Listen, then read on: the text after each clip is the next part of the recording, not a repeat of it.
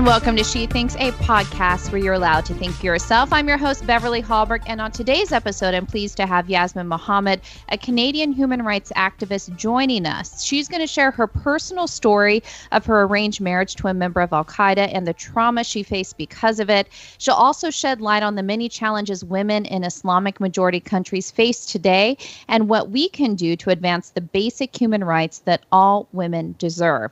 But before we dive in, IWF does know that many Americans are facing unprecedented challenges due to COVID-19, and that it's more important than ever to show what America is made of. IWF is highlighting American ideals of ingenuity, generosity, and kindness. From everyday Americans donating blood to companies providing free food and housing, it's a beautiful reminder that we're in this together. Visit IWF.org or check us out on Facebook and Twitter and follow our campaign using hashtag #InThisTogether. That is hashtag #InThisTogether to learn more. Now to our featured guest today. Canadian human rights activist Yasmine Mohammed joins us. She is an advocate for the rights of women living within Islamic majority countries, as well as those who struggle under religious fundamentalism. She is the founder of Free Hearts, Free Minds, an organization that provides psychological support for freethinkers living within Muslim majority countries where the state-sanctioned punishment for leaving Islam is death. Her book, Unveiled, is a memoir that recalls her experiences growing up in a fundamentalist Islamic household and her arranged marriage to a member of Al-Qaeda. In it, she sheds light on the religious trauma that so many women still today are unable to discuss. Yasmine, it is a pleasure to have you on She Thinks today. Thank you so much for having me, Beverly. And I just want to, first of all, commend you for your bravery in speaking out, not just your own story, but speaking on behalf of so many women in the world today. And I thought I would just start off by asking you to share more of your story. I encourage people to get your book Unveiled that I just mentioned, which is very detailed in your own experience. But can you share with us your own story as far as your mother marrying somebody who was part of Al-Qaeda and then you being married to somebody who is part of Al-Qaeda? Yeah, so my mom was married. She actually was taken as a second wife to a man who was a fundamentalist Muslim. He wasn't a terrorist, but he was, like many Muslims, he was on the sidelines approving of the terrorism, but he himself was not a terrorist. She married him when I was about 5 or 6 years old, and that's when my life just changed completely. And all of a sudden, my mom started covering her hair, music, our records. He broke all of our records because music was considered forbidden. I was no longer allowed to ride a bicycle, go swimming. I wasn't allowed to have non-Muslim friends. I mean, he just hit my life like a bomb. And from that moment on, I lived in a bubble where I was no longer a member of the Canadian society. I was in a bubble separated from everybody else, and I called it the bubble of Sharia. I attended Islamic schools where my mom just dove in head first. So she just became, a born-again Muslim and a born-again fundamentalist Muslim. And she started studying at Al-Qaeda University, which is a renowned Islamic university in Egypt. And she became the head of the Islamic Studies department at the Islamic school that I attended. And, I was put in hijab at the age of 9, which meant I had to cover everything but my face and hands. And suddenly, my childhood was just completely ripped away from me. I wasn't even allowed to laugh. I wasn't allowed to speak loudly because even my voice was considered something that was aura, which is the translation for that really is private part. So every aspect of a woman is considered a private part and should be hidden from view of the public. And that happened to me when I was 9 years old, and it continued like that until I was eventually forced into the marriage with the terrorist who my mom chose because she felt he was strong enough to control me. So they had I was the kind of person who always asked questions and was always pushing boundaries. I mean, I say that, but it's not like I did anything. Just the fact that I would ask simple questions like, why should we respect and honor a man who at 53 married a 6-year-old girl. That sounds off to me. That sounds scary as a young girl listening to that. Like he sounds like a pedophile. And for me to ask those kinds of questions meant that, I was this uncontrollable child that wouldn't get in line, and the devil was trying to coerce me with whispering all of these things in my ear. So she married me off to a man who she thought would be strong enough to finally keep me in line. And to be honest, it worked initially because, he covered me head to toe in black. Now, I had already been covering everything about my face and hands, but now my face and hands were covered too. I was never allowed to leave the house.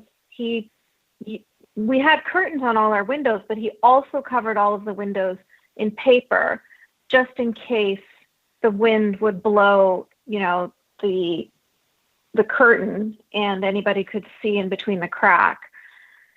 And it was essentially a prison. And it was, it wasn't for the fact that I had a daughter and I felt like I really needed to get out of that world to save her. I don't think I would have found the courage to survive for myself because I was completely depleted. I had nothing left to fight with. But I was contacted by CSIS, who are the Canadian CIA, and they told me who I was married to. And it made sense, of course. Connecting all the dots made perfect sense. And I knew that I had to get my daughter away from him and myself away from him before he took us both to Afghanistan, which is where he was with Al-Qaeda for 10 years before I met him.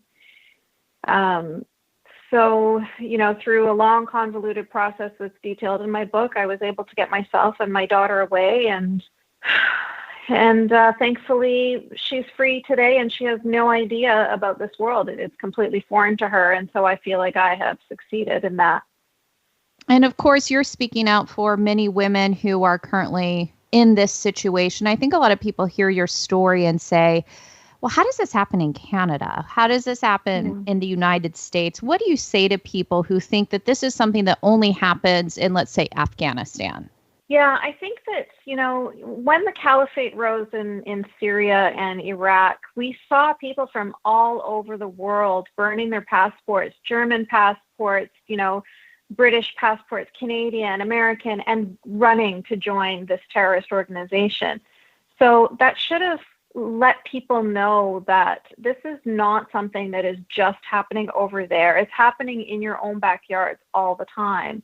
I mean, the Islamic school that I went to was, they were not apologetic. They were not hiding. They were incredibly transparent. I mean, not just the one I went to. If you go on YouTube, there's all sorts of videos there all the time where people are recording the kinds of sermons that are happening in mosques, talking about kill the non-believers and et cetera, et cetera. And those kinds of ideas are being passed on to new generations of kids, new generation of Muslim kids, even though they're living in the Western world. They're still being indoctrinated with those ideas. And so these ideas don't have borders. You can't stop ideas from traveling across borders. And when parents, for example, when people leave their country of origin and they go somewhere else, they become even more stringent. So let me put it for you. Let me give you an example. I used to teach at a college in the Middle East, and everything was there. Texas A&M is there, Virginia Commonwealth is there, all sorts of universities and colleges are there. And the reason why they are being built in the Middle East as opposed to sending their kids out into the liberal world, into the Western world, is because they don't want their kids to pick up these ideas of equality and liberty. And so they want their kids to have the Western education, but they don't want them to pick up those anti-Islamic ideas.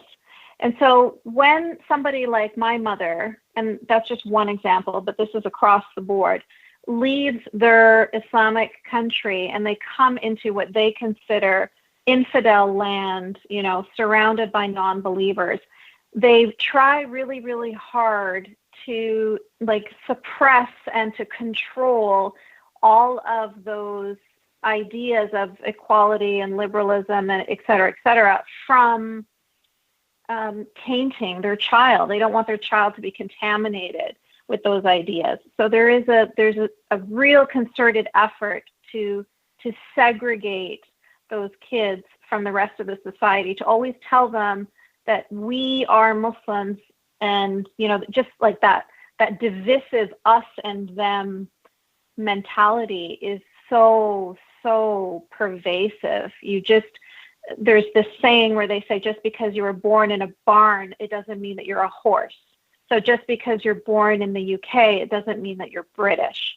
And so even though you're being born and raised here, you're being born and raised to always believe and understand and acknowledge that you are different, you are separate, you are amongst non-believers, you are amongst infidels, and you have to constantly be on guard against them. And I'm assuming that meant for you less interaction with friends and people that you went to school with. You even discuss in your book how there was physical abuse against you and you went to social services, but there was nothing done by social services and law enforcement. So the question I have for you is, we are seeing, at least in the United States, some legislation that's been pushed forward in different states to try to act out or to try to prevent things like female genital mutilation taking place. Do you find either in the provinces in Canada or in the states in the United States that there is at least good legislation trying to push back on some of this behavior that obviously is extremely damaging, especially to young women?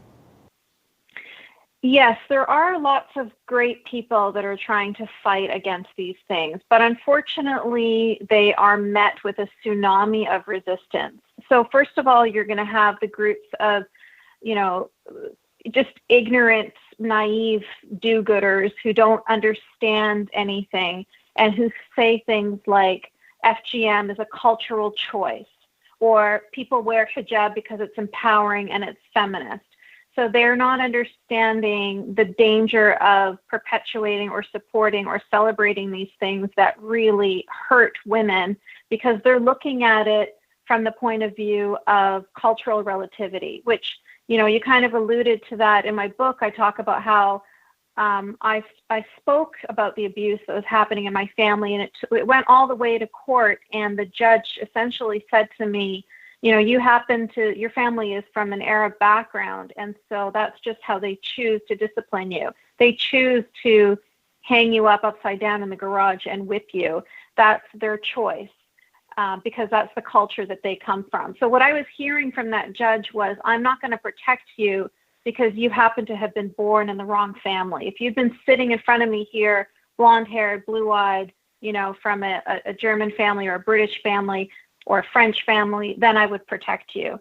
But you happen to be coming from an Arabic family, so there's nothing I can do for you. So that kind of ignorance of wanting to support all cultures ends up supporting these victims to be continually oppressed, which is really the subtitle of my book, How Western Liberals Empower Radical Islam. It's really about that ignorance of perpetuating this. And of course, the fundamentalist Muslims are very happy to have those group of people speaking out for them, because they also want to continue with these very misogynistic cultural practices. One of them being, like you mentioned, FGM and many others. And they use, unfortunately, secular laws against itself. So what they'll do is they'll say things like, this is my religious freedom. And that's actually what happened in a doctor. The Ayaan Hirsi Ali Foundation tried to get a doctor in I think it was Minnesota, and she was charged for performing FGM on all of these little girls for I don't know how many years, like 15 years or something. And she got off, and she's free today because they used the religious freedom excuse. And, that's absolutely unacceptable. If your religion says that you should take a razor to a little girl's genitals, then the laws should supersede whatever it is that your religion is teaching, if it is teaching something that is against basic humanity. We need to protect those little girls, whether they have brown skin or white skin is irrelevant. If a blonde hair, blue-eyed family took a razor to their little girl, that family would be in prison. So it should be the same when it's a family from Somalia or a family from Egypt. It's irrelevant. That little girl, whether she has white skin or brown skin, is going to feel the same amount of pain, and she's going to have the same amount of lifetime psychological and physical damage. It doesn't matter where her family comes from.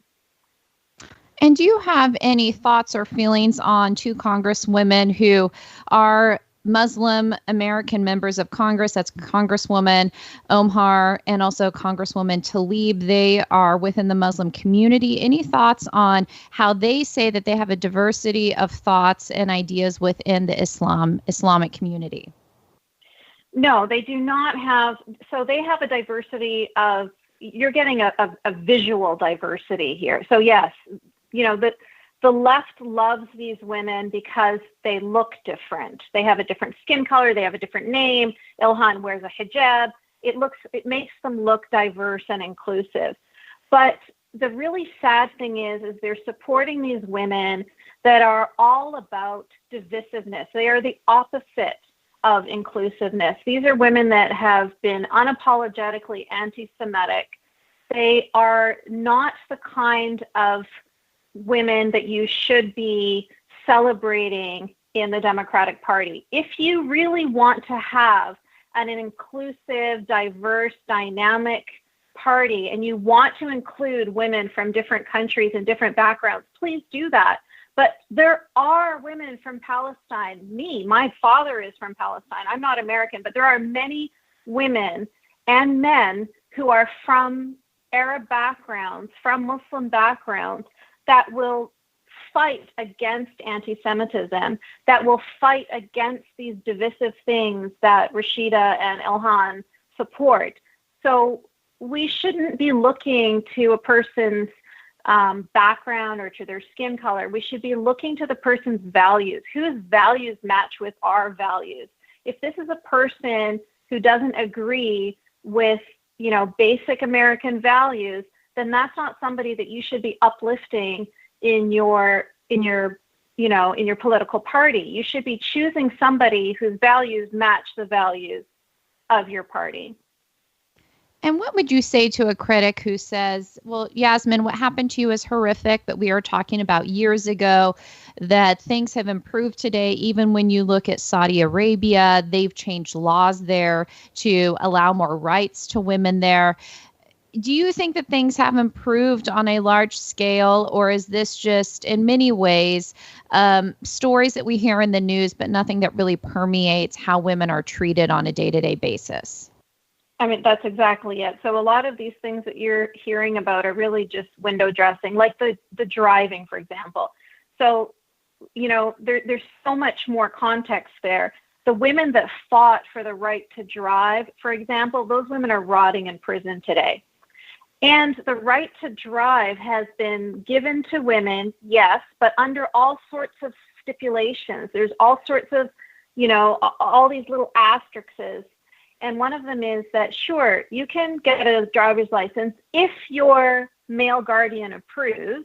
Sure, you can get a car if your male guardian approves. Sure, you can leave the house if your male guardian approves. So it's still perpetuating that same system, because unfortunately this is a society, this is a mindset, it's a huge hurdle. You can't undo these things overnight. The people themselves have to be wanting to make the changes and have to, when they say we've given women the right to drive, that's just something to get international media excited, so that Americans can look at that and think, oh, hey, look at that. Saudi Arabia is our ally, and they're making some big changes. But the truth is, on the ground, those changes take a lot more than just changing, a law slightly. It's going to take changing hearts and minds. And luckily, that is happening, and it's happening for two reasons. Number one, ISIS did a big, huge thing. It helped a lot because it allowed a lot of Muslims to see the end game. This is the result. Al-Azhar University that I mentioned earlier, when they asked Al-Azhar, is ISIS Islamic? Because, that's the question people always love to say, ISIS has nothing to do with Islam. And so they asked Al-Qaeda University, does ISIS have anything to do with Islam? Can you denounce ISIS? And the university's response was, if we denounce ISIS, then that means we are denouncing Islam. ISIS are not doing anything that the Prophet Muhammad didn't do. They are following in the footsteps of, they're following what the religion is asking them to do. And so, when Muslims were finally faced with that, it's different when you theoretically talk about, we're going to have a caliphate and kill all the ex-Muslims and, get rid of all the Jews. That's something that they talk about in the mosque all the time. Even the rocks and the trees will speak out and they will say, oh, Muslim, there is a Jew hiding behind me. Like all of these, ridiculous stories about how we're going to the world, we must annihilate all non-Muslims. It's very different when you're just hearing somebody yell about that in a mosque on a Friday, or reading about it in a Quran, versus seeing videos and living in Iraq or living in Syria and seeing how people's lives, seeing how Yazidi women are taken as sex slaves. Yazidi young girls are taken as sex slaves, how Yazidi boys are taken from their families and being raised as Muslim soldiers. And, when ISIS fell and they took those boys and gave them back to their families, those boys didn't even know who their families were anymore. They had changed their names, they had changed their identities, they had changed their religion. So, Muslims are seeing these kinds of things happen, and they're realizing, oh my gosh, this is horrible. I want nothing to do with this. This is, disgusting. It's the exact same kind of reaction I had when 9/11 happened here. So because this is my context on this side of the world, when 9/11 happened, I was absolutely horrified that I belonged to the same group of people that just did that. I was so embarrassed. I was so disgusted. I felt like I just wanted to come out of my skin. I just couldn't handle it. And so that's happening to people in the Muslim world now when they see what ISIS are doing. It's making them feel like, oh my God, how do I identify as the same people as these terrorists and murderers?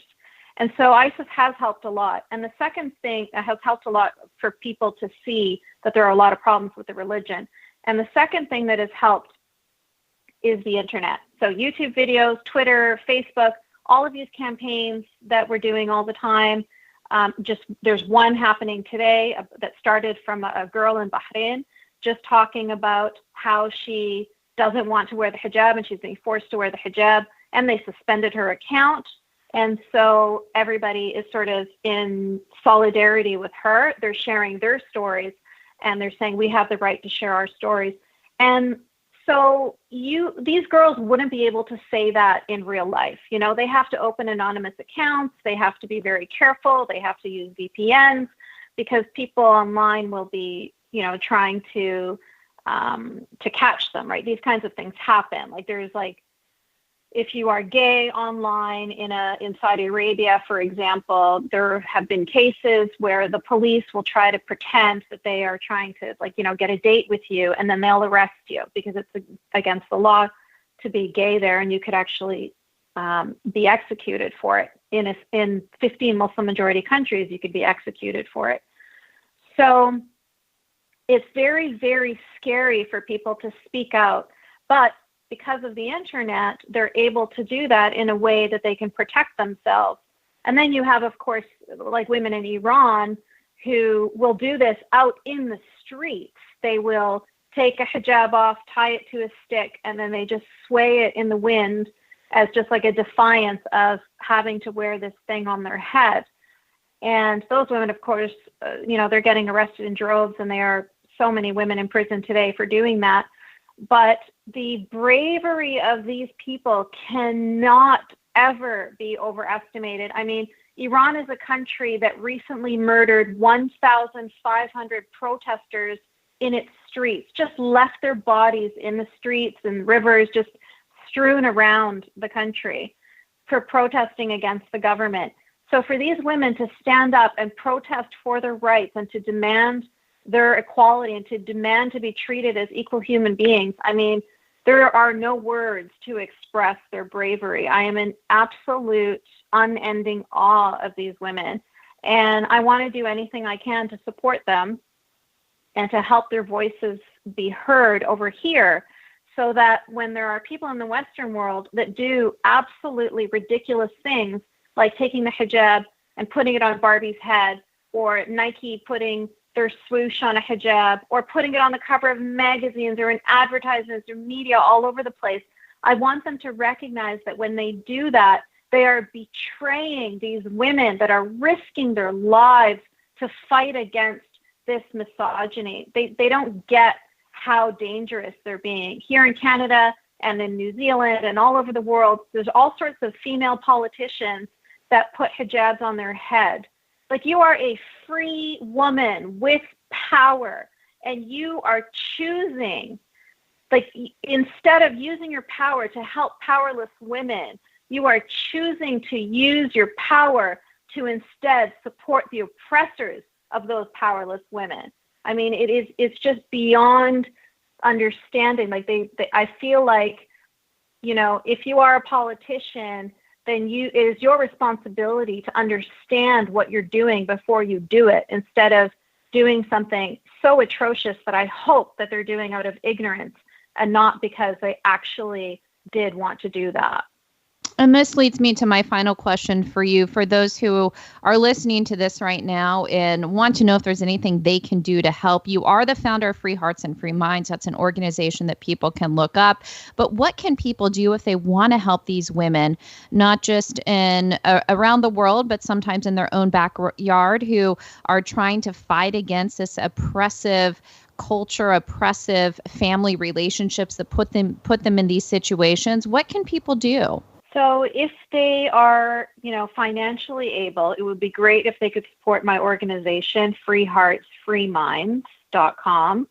And if they are not able to financially support, then they can still go on Twitter and go on the hashtag #FreeFromHijab, which is free from HIJAB, where it's a lot of women sharing their stories, and just to let them know that we're here as their cheerleaders. We see them, we hear them, we feel them, we support them, and we want them to know that they're not alone, and that we support them in their efforts, and that we hope that they will attain their freedom very soon.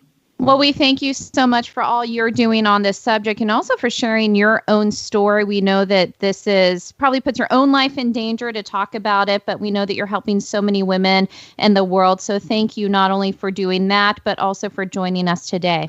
Thank you so much for having me, Beverly. I really appreciate it. And thank you for joining. Before you go, Independent Women's Forum does want you to know that we rely on the generosity of supporters like you. An investment in IWF fuels our efforts to enhance freedom, opportunity, and well-being for all Americans. Please consider making a small donation to IWF by visiting iwf.org/donate. That is iwf.org/donate.